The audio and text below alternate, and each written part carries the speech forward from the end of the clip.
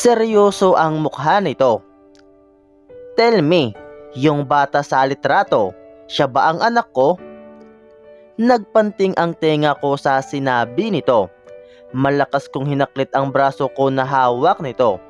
Nang mabawi ko na ang braso ko, ay tuluyan na akong humarap dito.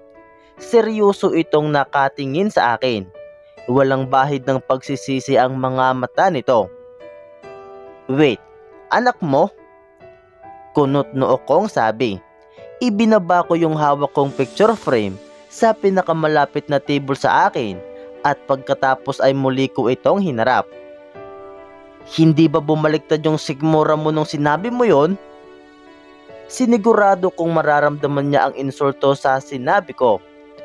Wala akong pakialam kahit na ma-insulto siya. Bakit? Noon ba may pakialam siya sa amin? Melissa! Nagtangka itong lumapit sa akin ngunit agad ko siyang pinigilan. Hanggang dyan ka lang! Nahihirapan na kong banggitin ang pangalan nito. Sa tingin ko kasi kapag binanggit ko iyon, paniguradong hindi na ako makakahinga. Kapag lumapit ka, ihampas ko lahat ng pwede kong ihampas sa'yo. Tumingin ako sa paligid at itinuro ang mga gamit. Madami akong choice dito. Tumigil ito at nagbuntong hininga. Nag-igting ang panga nito. Melissa, ang gusto ko lang naman malaman ay kung siya ba ang anak. No, anak ko lang si Red. Huwag mo nang ituloy. Hindi ko na napigilang magtaas ng boses. Bumuntong hininga ako at nang bilang ng 10 bago ito malamig na tiningnan. Alam mo, bilib ako sa kapal ng mukha mo. Ang kapal talaga. Mahihiya ang encyclopedia oh. Tama yan Melissa, laban pa. Hindi mo na ako kailangan pang insultuhin Melissa. Oo lang at hindi ang isasagot mo. Si Red ba ang anak ko? Madiin at maotoridad nito ang sabi. Nag-init ang ulo ko sa tono ng boses nito. Ang kapal talaga ng mukha niya. Wala kang karapatang utusan ako. Nasa teritoryo kita, right? This time sinadya ko ng lakasan ng boses ko. Ikinoyom ko ang mga kamay ko dahil gigil na ako sa walang hiyang lalaki na ito. Wala akong pakialam. Si Red ba ang anak? Wala kang anak sa akin, right? Hindi ko na ito pinatapos. Galit ko itong tiningnan. Bumabalik na ang mga masasakit na alaala na iniwan niya sa akin. Iyong panahong iniwan niya ako sa ere. Iyong ginawa niyang pagloko sa akin. Iyong mga panahong ipinalaglag niya ang anak namin. Ipinalaglag mo na, 'di ba? Ipinalaglag mo dahil wala kang kwintang tao. Bumabalik na naman sa isip ko yung mga salitang binitawan niya sa akin. Ang sakit pa din. Break na tayo. Akin ba yan? So, ano ang hinihingi mo ngayon? Pera? Panggastos? Hindi kita kayang panagutan. I'm sorry. Ipalaglag mo yan. Kung hindi mo yan ipapalaglag, hindi ko rin iyan pananagutan. Ipalaglag mo yan. Sagot ko ang lahat ng gastos. Mas maliit ang gastos nun kaysa magpalaki ng bata, Melissa. Your choice. Napapikit ako dahil sa mga naalala ko. Ayoko na. Please. Ayoko nang maalala ang sakit na dinulot nito sa akin. Lumunok ako ng maraming bisis para mapigilan ang luha na nagbabadyang lumabas sa mga mata ko. Dumilat akong muli. Matapang kong sinalubong ang galit sa mga mata nito. Binigyan kita ng choice noon kung ipapalaglag mo ba o hindi. Pero sabi mo ayaw mo. Ngayon, tinatanong kita. Balik nitong sigaw sa akin. Damyo. Siya ang anak ko. Anak ko lang. Akin lang. Ipinalaglag mo na ang anak mo noon. Hindi ko na mapigilang ilabas ang galit ko. Ang kapal ng mukha niya. Alam kong mapulan na rin ang mukha ko dahil sa galit. Gusto ko siyang hampasin ng hampasin para maibsan ang galit na nararamdaman ko. Nalalasahan ko na rin ang kaunting dugo dahil aksidenteng nakakagat iyon kapag nagsasalita si Wright. Wala kang anak sa akin dahil ikaw na mismo ang pumatay sa kanya. At ano ang karapatan mong angkinin siya ngayon? Ano ang karapatan mo, ha, Wright? Lumambot ang ekspresyon nito. Napaatras ako nang abutin niya ako ng kanang kamay niya. Melissa, wag mo akong hawakan. Pinandidirihan kita. Nakikita ko sa mga mata niya ang paghihirap, ngunit pinanatili ko ang matigas kong ekspresyon. Please, just... Tumalikod ako dito at saka ko tinakpan ng mga kamay ang tenga ko. Nasabi ko na, hindi mo anak si Red. Hindi mo siya anak. May mga brasong pumaikot sa bewang ko. Ang mga kamay ko na kanina ay nakatakip sa mga tainga ko ngayon ay malayang hinahampas ang braso ni Wright na nakapaikot sa bewang ko. Kinurot-kurot at hinampas-hampas ko pa ang mga iyon para lang makawala. Marahas niya akong iniharap sa kanya. Melissa! May determinasyon sa boses nito. Mas sinigpitan nito ang paghawak sa braso ko. I know he's mine. Nagpumiglas ako. Para akong napapaso sa klase ng paghawak niya sa akin. Ano ba? Tigilan mo na ako! Nang bitawan niya ako ay agad akong umatras palayo sa kanya. Ano ba kasi ang kailangan niya sa anak ko? Pagkatapos niya kaming iwan at magpakasarap sa ibang bansa, babalik siya para lang bawiin ng anak ko? Hindi kaya siya bumalik dito ay para kunin ang anak ko? Kailangan ko nang itago si Red. Malalaman ko rin ang totoo, Melissa. Seryosong sabi nito. Sa ngayon, hahayaan na muna kita. Hindi pa tayo tapos. Dumaan siya sa gilid ko. Hindi ko ito nilingon hanggang sa marinig ko ang paglapat ng pinto. Hinata ko yung upuan ng co-teacher ko, saka nang hihinang umupo doon. Pakiramdam ko tinakasan ako ng lakas dahil sa mga sinasabi ni Wright. Nakakaramdam ako ng takot. Hindi ko alam kung ano ang magagawa ko kapag kinuha niya sa akin ang anak ko. Unti-unting pumasok ang mga co-teachers ko, kaya madali kong inayos ang sarili ko na parang walang nangyari. Inusisa nila ako kung ano ang sinabi sa akin ng isang sikat na taong katulad ni Wright. Ang sinabi ko na lang ay yung tungkol sa biglaang pagsara ko ng pinto nung nakita ko siya. Mukha namang nakumbinsi ko ang ilan, ngunit sila Eliza naman ay parang hindi. Nginitian ko lang ang mga ito saka kinuha ang bag ko at lumabas ng faculty. Dahil sa panglalata at pagkalito ay pinili kong umabsent na lang.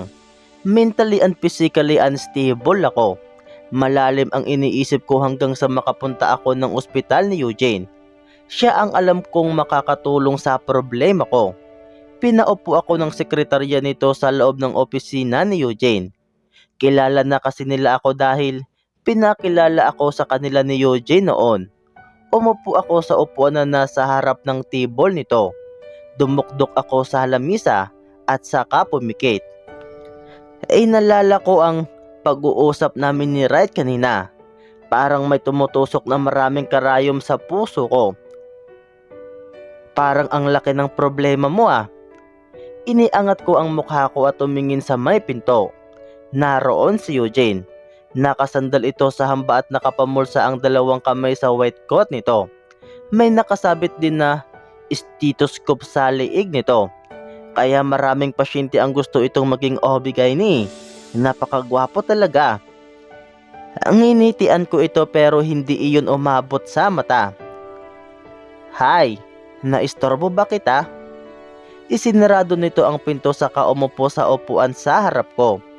Hinawakan nito ang kamay ko saka hinalikan ang likod ng palad ko.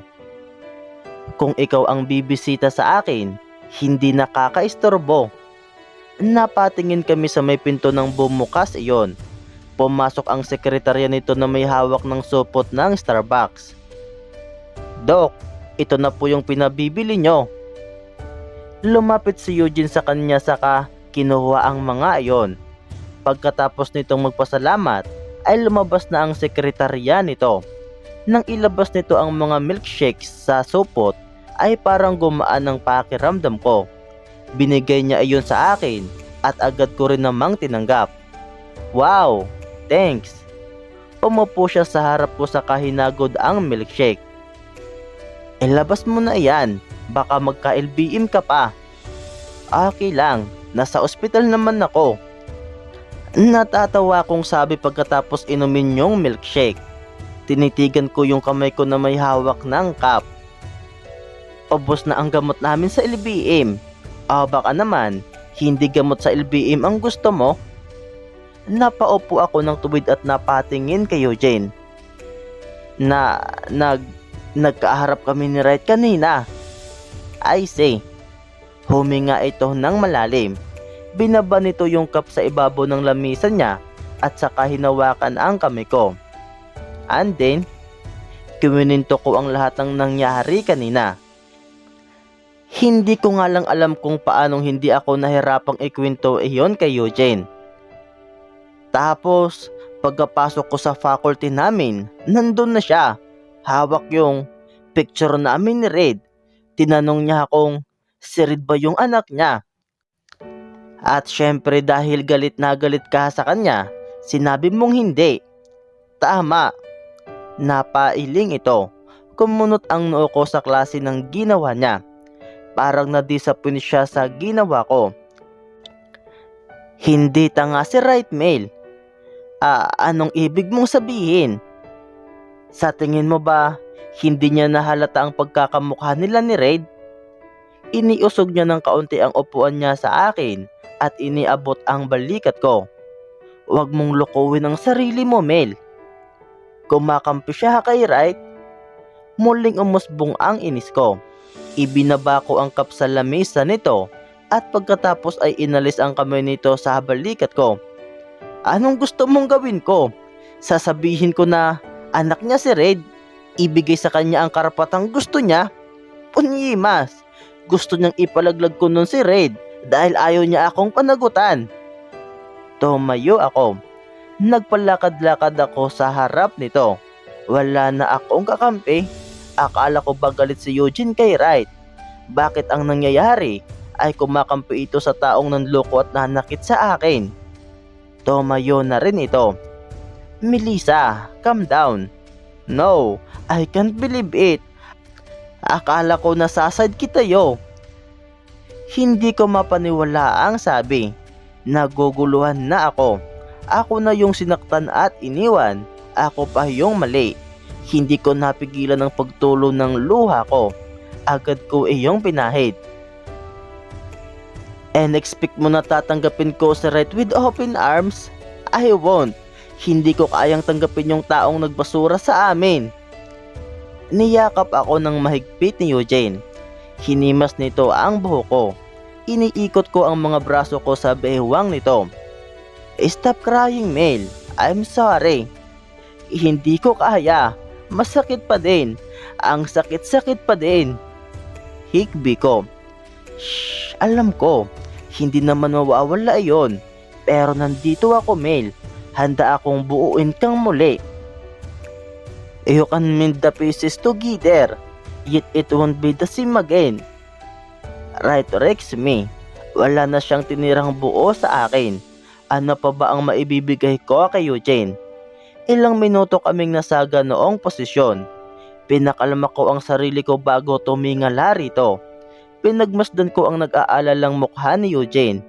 Itinaas nito ang kamay sa kapinahid ang mga luha na nasa pisngi at mga mata ko.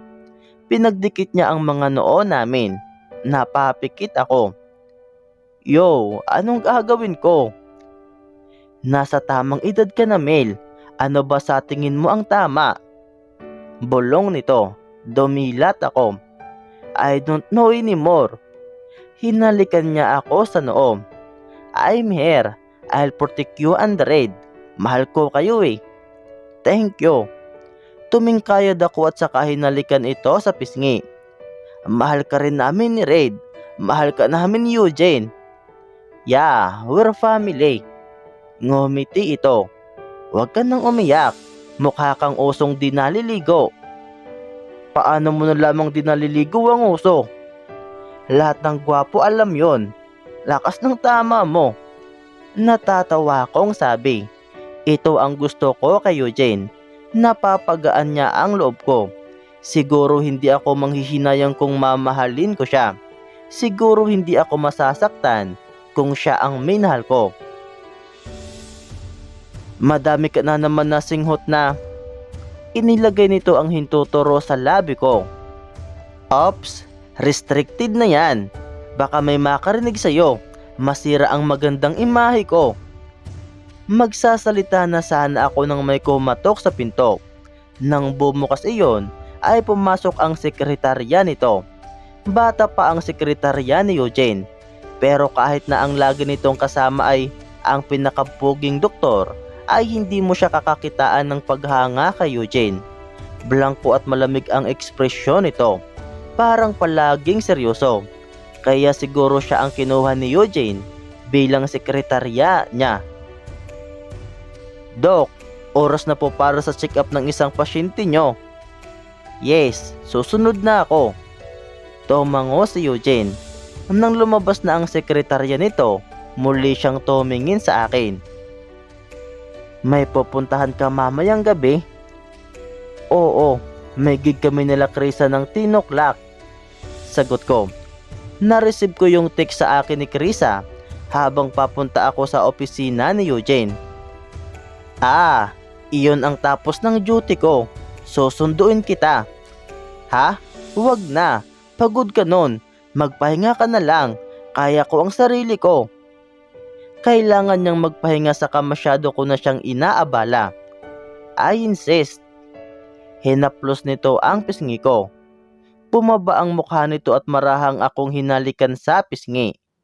See you. Okay.